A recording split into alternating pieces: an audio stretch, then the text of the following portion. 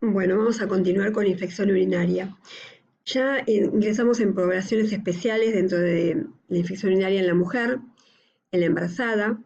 Describimos nuevamente lo que es la bacteriuria asintomática, que en este caso tiene mucha importancia. Dijimos que es uno de los pocos casos donde se trata. Un 2 a un 7% desarrollan durante el embarazo y un tercio de las bacteriurias asintomáticas van a desarrollar cistitis o pielonefritis en un 30 o un 50%, aumentando el riesgo de recién nacidos a pretérmino y de bajo peso. De manera tal que el tratamiento de la bacteriuria asintomática es importante. Se recomienda realizar urocultivos entre la semana 12 y la 16 y trimestralmente si la paciente está trasplantada, colitiasis, historias de pielonefritis a repetición o reflujo vesicoureteral. Se debe realizar el urocultivo post-tratamiento, 7 días después del tratamiento, y continuar un urocultivo por mes hasta el parto. En el caso que la embarazada, con un tratamiento adecuado al germen, siga con urocultivos positivos 2 veces, se debe, realiza el tratamiento, urocultivo positivo, realiza el tratamiento, urocultivo positivo, profilaxis hasta el parto. ¿Qué ocurre si la paciente embarazada tiene síntomas de cistitis y urocultivos negativos? Bueno, se puede repetir a veces, fundamentalmente frente a la duda de lo que dijimos de los falsos negativos, pero hay que descartar el síndrome uretral, ya sea por muestra del primer chorro o hisopado uretral, con sospecha de Chlamydia trachomatis, Mycoplasma hominis o Ureaplasma urealyticum.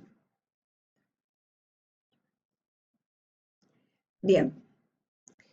Dentro del tratamiento se usan las mismas drogas con algunos recaudos. Bacteriuria asintomática y cistitis se puede usar nitrofurantoína salvo en el embarazo a término del trabajo de parto. Y la duración va a ser mayor. También cefalexina y fosfomicina. Y acá incluyen en el consenso el uso de trimetroprima sulfametoxazol, pero se debe evitar en el primer y en el tercer trimestre.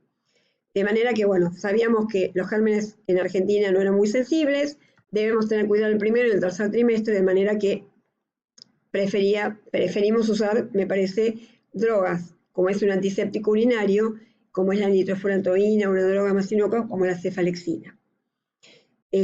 Bueno, la pielonefritis aguda se puede tratar con ceftriaxona, más tiempo, una semana 14 días, si hay alergias, gentamina, y también se puede incluir el uso de Aztreonam.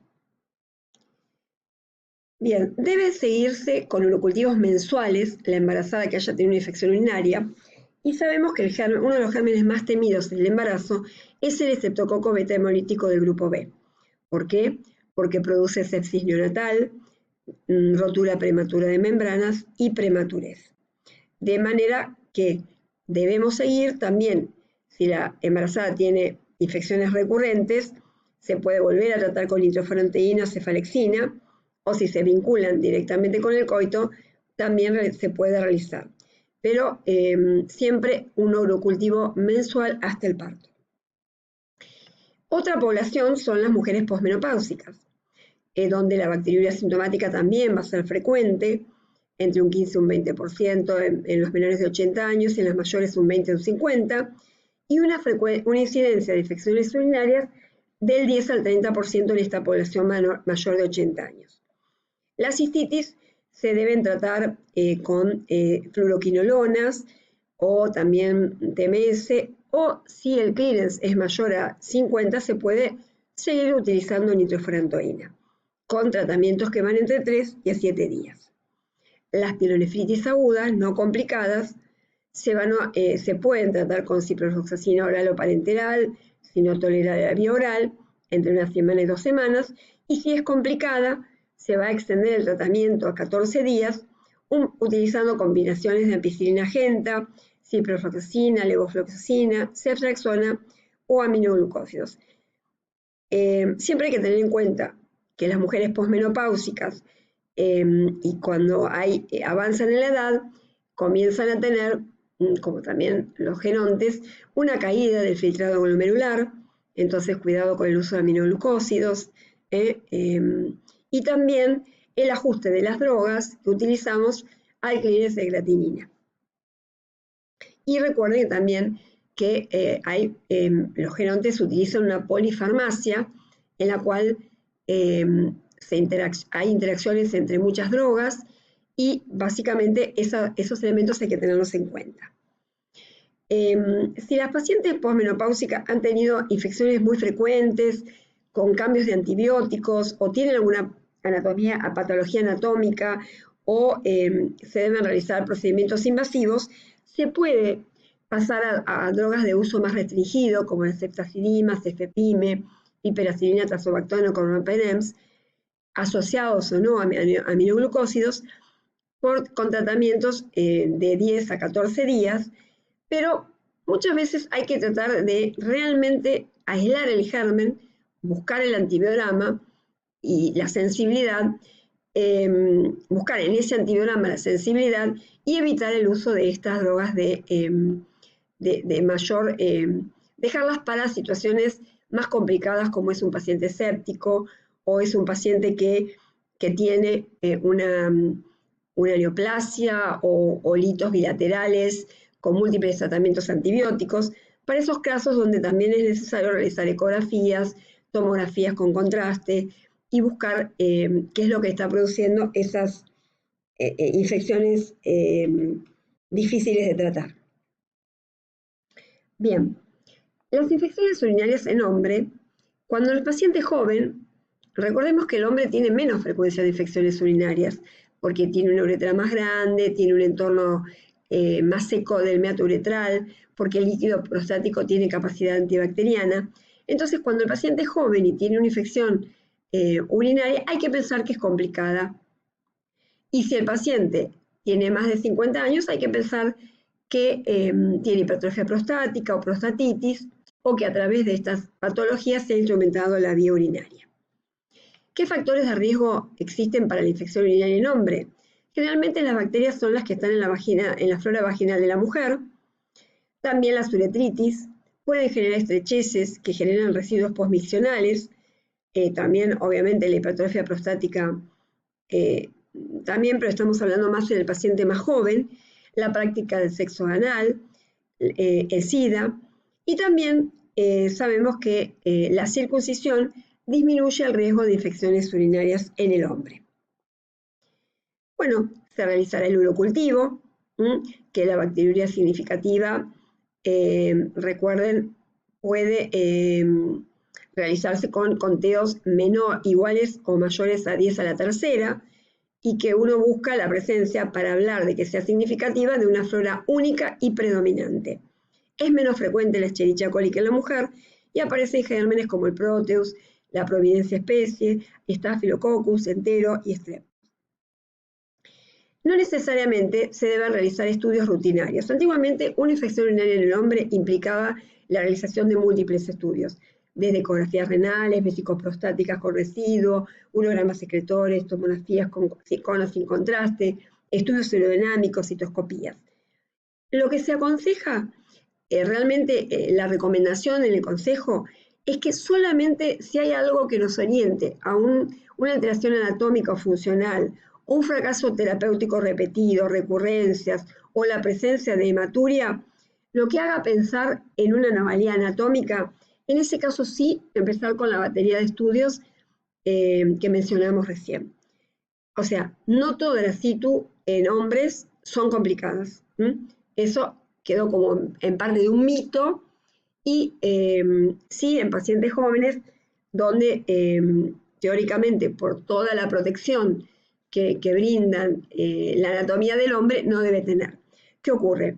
A veces hemos visto pacientes jóvenes no pediátricos que tenían reflujos vesicoureterales y que a punto de partida de infecciones múltiples llegaron a cuadros de insuficiencia renal crónica.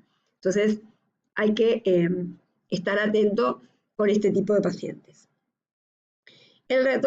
Diferencias con respecto a la mujer: no se recomiendan ciclos cortos, no se recomienda el uso de nitrofurantoína en la pielonefritis, como en la mujer tampoco, por la penetrancia, en la insuficiencia renal tampoco, y en las prostastitis también, porque no tiene una buena penetración en la glándula.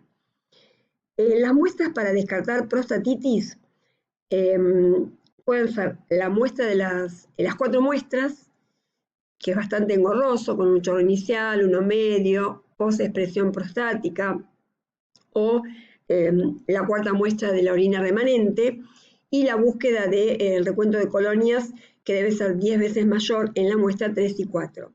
O si no, un espermocultivo, que es una muestra más sencilla. Bien, en el caso de las prostatitis agudas, donde el paciente tiene fiebre, tiene dolor, tiene repercusión sistémica, el paciente generalmente va a requerir la realización de hemocultivos, 2 muestras del urocultivo, 1/3 de los mismos se interna, y siempre, como dijimos, cuando un paciente está tratado adecuadamente de acuerdo al antibiograma y a la sensibilidad del germen, y el paciente después de 48 a 72 horas persiste tanto en la pielonefritis aguda como en la prostatitis, como en otras infecciones donde pueda haber una colección, uno debe pensar que esa colección existe y buscarla por medio de imágenes, como el caso del absceso prostático, de los múltiples abscesos. A veces un tratamiento no dirigido al germen, con un antibiótico que no penetra adecuadamente, puede hacer que la prostatitis aguda progrese y tenga la presencia de múltiples abscesos o de una colección. Si el paciente tiene un síndrome pelviano crónico, hay que pensar en la presencia de prostatitis crónica en un 90 al 95%. Generalmente hay dolor pelviano y síntomas urinarios y eyaculatorios. De manera que, bueno, el tratamiento de la cistitis en el hombre y de la pielonefritis es muy similar al de la mujer, como vemos, las mismas drogas, generalmente con más duración, 7 días, de 7 días en la cistitis, de 7 días si hay cipro, pero el resto 10 días. Y en el caso de las prostatitis agudas, fíjense que la duración es de 2 a 4 semanas, con ceftriaxona o con genta, y en las crónicas dura aproximadamente 4 a 6 semanas. Si realizamos el tratamiento con cipro, que es una excelente droga con buena penetración, 4 a 6 semanas. Se han probado esquemas con fosfomicina de 3 gramos la primera semana y después cada 48 horas, pero hay varios estudios que hablan de 6 semanas, de 16. Entonces, a veces, si tenemos que alargar la duración del tratamiento, preferimos usar una droga que sabemos que penetra bien y que generalmente al cabo de 4 o 6 semanas tiene resuelta la prostatitis, aunque puede haber recurrencias. Ante la sospecha de una clamidia trachomatis, se puede utilizar acitromicina, por ejemplo, en un régimen de 500 miligramos 3 veces por semana, 3 semanas, o de 1 gramo semana durante 4 semanas, o cipro 500 cada 12, 3 semanas. Y ante la sospecha de uraplasma urealíticum y de clamidia también, se puede utilizar la doxiciclina en dosis de 100 miligramos cada 12 horas, 4 semanas. Como vemos, prostatitis aguda, no menos de 2 a 4 semanas, prostatitis crónica, no menos de 4 a 6 semanas, salvo casos puntuales. La infección recurrente en el hombre, se habla de reinfección, como en todas, generalmente reinfecciones cuando hablamos de que es un nuevo organismo que produce la infección al terminar un tratamiento adecuado. La recaída si es por el mismo organismo. Recuerden que la Escherichia coli tiene diferentes cepas y cada cepa se considera un germen diferente. Si hay muchas recaídas, debemos pensar que puede haber una prostatitis crónica. Y también debemos hacer estudios de imágenes. Otro tema importante, que es cómo prevenir las infecciones recurrentes tanto en el hombre por la mujer. Hay muchas cosas que tienen evidencia y otras que no. Evitar la retención tiene evidencia, promover la micción poscoito, evitar el uso de diafragmas, evitar el estreñimiento, la profilaxis antibiótico continua poscoito cuando hay recurrencias, y no hay evidencia al acidificar la orina con vitamina C, inclusive disminuye la eficacia de la ciprofloxacina, el jugo de arándanos, los estrógenos vaginales en mujeres posmenopáusicas, y un dato que no hay evidencia, pero hay algún estudio que avala el uso, es una adecuada hidratación, que de todas maneras es segura, barata y no genera resistencia.